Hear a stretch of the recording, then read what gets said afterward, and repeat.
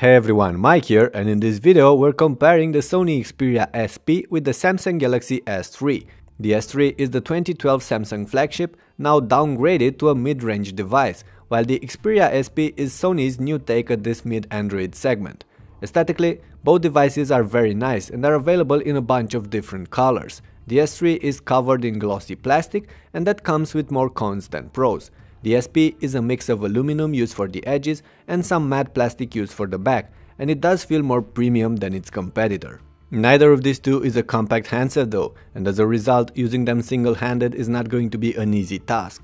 The Xperia is slightly shorter and narrower than the S3, and that's why it does feel a bit better in hand, but it is also heavier and thicker. So it's really difficult to say which one of the two is going to be the most comfortable to use. You'll have to try them for yourself. Let's turn our attention to the practical aspects now. Both these devices feature a removable rear panel, with the micro SIM and micro SD slots hiding behind it. On the Samsung, the battery is replaceable, while on the SP is not. Pretty much the same set of ports and connectors is placed around the edges of these two phones, with micro USB slots plus headphone jacks, volume rockers and power buttons. On the SP, all the buttons are on the right side, where there's also a dedicated shutter key, missing from the Samsung. On the S3, the power button is on the right and the volume rocker on the left, while the USB port sits at the bottom. On the back, the two feature main shooters with flash and one speaker each, capable of pushing decent sound. The front faces house those big touchscreens, but more about them in a second. Below the display you'll find a physical home button on the S4, flanked by two capacitive back and menu keys. Sony integrated the controls within the screen itself, which means that they will adapt to each app, rotating and even completely vanishing when not needed, but they do eat a part of the canvas. A front-facing shooter and the standard set of sensors can be found on top of the screens in both cases, plus the earpiece. On the Samsung, there's also a circular notification LED here. Sony went for a different approach for their SP, as they kept the illumination bar from the Xperia S at the bottom of this phone, and this time they made it somewhat user customizable. As a result, this LED is far easier to notice and also interacts with the music and album apps on the phone. Back to those displays now though. There's the 4.8-inch screen on the Galaxy and the 4.6-inch one on the Xperia. Both offer the same 1280 by 720 pixel resolution, so the pixel density is close, thus texts and fine details will look pretty much the same on the two. However, Samsung and Sony use different panels for their displays. There's an AMOLED on the S3 and a regular TFT LCD on the SP. And while the screen on the Xperia is brighter than the one on the Galaxy, thus easier to use in strong light, it does offer poor viewing angles, contrast and displays washed out colors. The AMOLED on the S3 does have a bluish tint and clearly oversaturates colors, but at the end of the day it's still my first pick here. You can use the Sony with gloves on, as it does have a highly sensitive touchscreen, but it doesn't make up for the other issues. And then there are the main shooters, do or dies for a modern smartphone these days. Both phones offer 8 megapixel cameras on the back, and the Sony bundles a newer Exmor RS sensor. Unfortunately, it also tends to massively overprocess the taken pictures, especially on the Smart Auto mode loaded by default on the camera, and that leads to noise and mushy pics with poor details. So when it comes to taking pictures, I do believe the Galaxy S3 is the better pick here.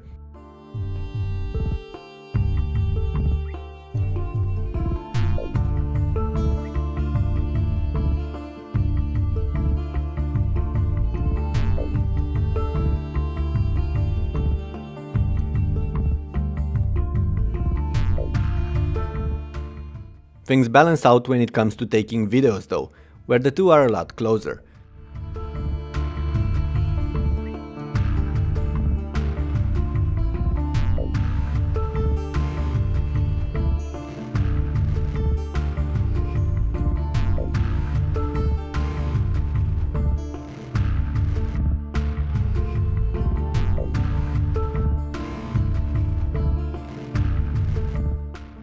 The Xperia offers HDR videos, something missing on the S3. It also has a dedicated shutter key that will come in handy, but besides that, the two offer similar features, with manual settings and a bunch of pre-installed shooting modes and filters you can add on top of your images. Those aside, let me tell you a couple of things about the hardware and the software on these two devices.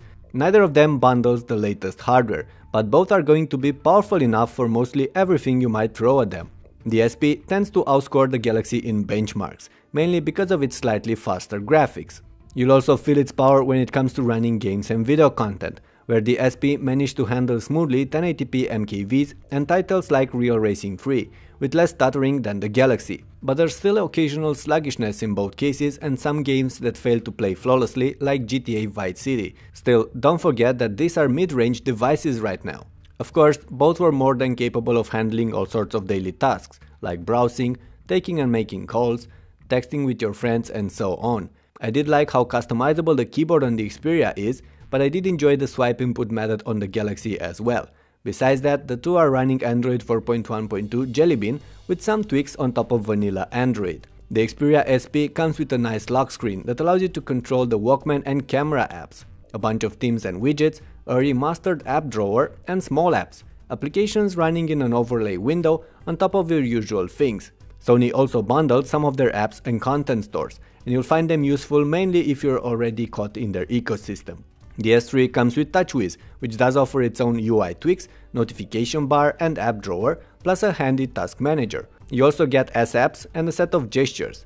In the end though, I do find Sony's Android iteration cleaner and faster than Samsung's, but each has its pros and cons.